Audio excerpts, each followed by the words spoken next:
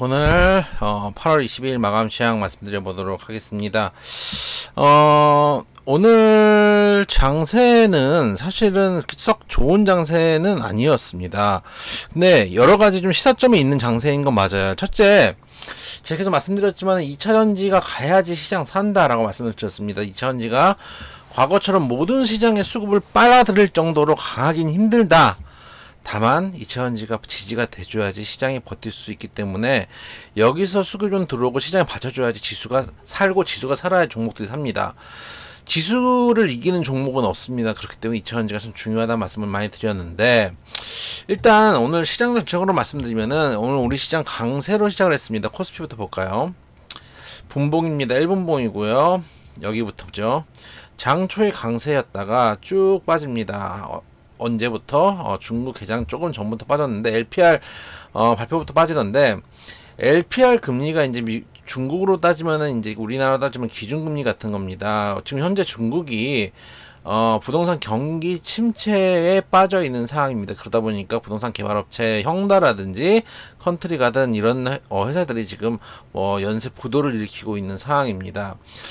부동산 경기가 가라앉는다면은 그걸 어떻게 커버를 해야 될까요? 결국은 누군가 부동산을 사야 됩니다. 투자로서 사든지, 살려고 집에서 거주하기 위해서 사든지 사야 되는데 어떻게 해야 될까요? 그러면은 유동성을 공급해 줄 수밖에 없습니다. 우리도 대출을 받아가지고 부동산을 사지 않습니까? 그래서 쉽게 대출을 하기 위해서는 금리가 낮아져야 되겠죠. 그래서 이번에 LPR 금리가 낮아졌는데, 시장에서 블룸버그 조사한 전문가들은 대부분 1년 만기와 5년 만기 LPR이 각각 0.15포인트씩 낮춰질 거라고 예상을 했는데,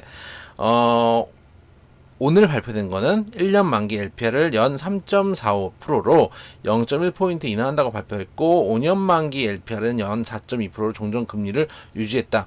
그러다 보니까 시장 기대치보다 금리 인하 폭이 낮죠. 그 얘기는 반대로 얘기하면은, 우리가 중국에 바라는 거는 중국 경기가 너무 안 좋으니까 중국에서 경기 부양책을 많이 해서 경기 부양을 한다면은 또 글로벌 경기가 조금 더 나아지지 않을까, 이런 기대들을 하고 있는데, 그 경기 부양책들이 시장에 기대에 못 미친다는 얘기입니다. 쉽게 얘기하면은. 그러다 보니까 중국 시장도 빠그라지고 우리 시장도 분봉상 보면은 오전 오후부터 빠지기 시작해서 10시 반부터죠. 10시 거의 LPR 발표하고 나서부터 쭉 빠져서 오후에도 힘이 없는 모습을 보여줬습니다. 근데 이게 코스피고요. 코스닥은 좀 다릅니다. 코스닥은 역시 상승폭은 좀 줄었지만 꽤 잘 버티고 있습니다. 1.3% 상승으로 끝나는데, 그 이유는 뭘까요? 아까도 말씀드렸던 2차전지입니다. 에코프로 형제들, 에코프로하고 에코프로 BM이 든든하게 버텨줬기 때문에, 지수가 버텼기 때문에 그래도 시장이 버텨주는 흐름을 보여줬다. 2차전지가 이제 중요하다고 생각을 일단 하고 있고, 만약에 2차전지가 여기서 지지가 나오고 시장에서 주가를 좀 부양을 해준다면은, 지금 테마 양세가 되게 심했잖아요. 초전도체부터 맥신 테마부터 해서 유커 들어온다고 해서 단체 관광 재개해서 약간 테마 며칠 돌고, 테마들이 거의 일주일도 안 도는 경우들이 많이 있어요. 특히 맥신 테마도 그렇지만 초전도체 관련된 테마가 너무 일찍 꺼지다 보니까 이런 테마 양세가 돌다가 지금 만약에 주도 섹터로 2차전지 다시 한번 차고 나가면 그쪽으로 다시 수급이 쏠릴 가능성도 있거든요.